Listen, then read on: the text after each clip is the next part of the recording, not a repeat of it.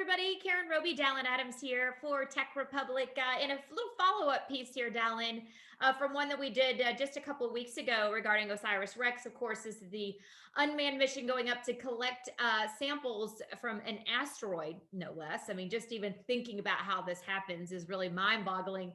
But in this follow-up piece, you've talked to one of the scientists behind it, and it's really fascinating to hear about some of the lengths that they've had to go to prevent contamination as part of this project. Talk about that.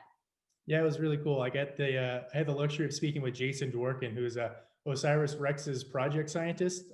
Prior to this, Jason Dworkin had worked on collaborating on the Curiosity mission and provided analysis on the Stardust mission, and is currently the international deputy for the soluble organics team for the JAXA Hayabusa 2 mission.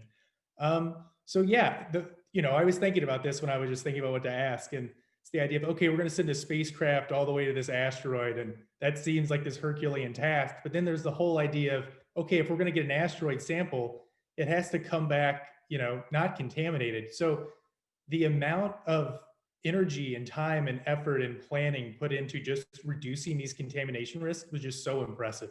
I think one example they discussed was how something like a stray strand of nylon could contaminate the spacecraft. How a certain type of nylon, I believe nylon 6, breaks down into something that's seen in some meteorites, is what Jason Dworkin told me. And just based on that idea of just minimizing that nylon risk, Jason told me they had to, no nylon zip ties. There's certain types of nylon cleaning garments they had to remove from the laboratory during construction. A camera crew came to visit, and they had to make sure they removed the nylon straps from the cameras just to make sure none of that stuff got on the craft. Wow. And it's really, again, just fascinating to think of these things that you think, okay, they're going to go up there and get their samples and come back. But there's so many pieces to this puzzle. And when you talk about the samples that they're, trying to bring back here for scientists to study for years to come, what are they looking to do, or what are they going after? Well, yeah. So, that's the one thing. So with the site, this is another part that was really interesting to touch on, is the idea that, they have an objective to get 60 grams, I believe. And with 60 grams, they can do all the science tests they'd like to do initially.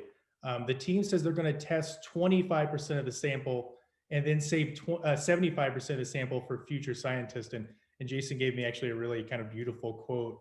Jason Dworkin gave me a really kind of beautiful quote for that part.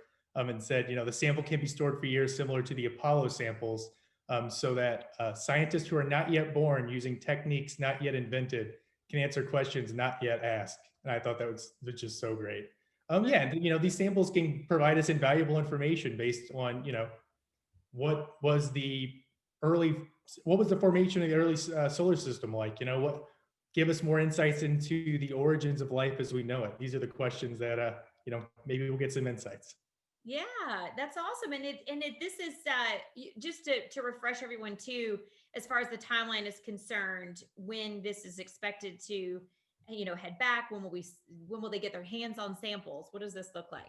Sure. Yeah. So the touchdown, the touch and go sample collection event is scheduled for October 20th.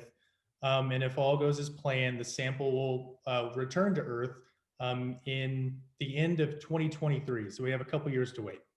Before we let you go here, when we talk about samples and the techniques, I can't even imagine of how they come up with what they have to do here just to collect the samples.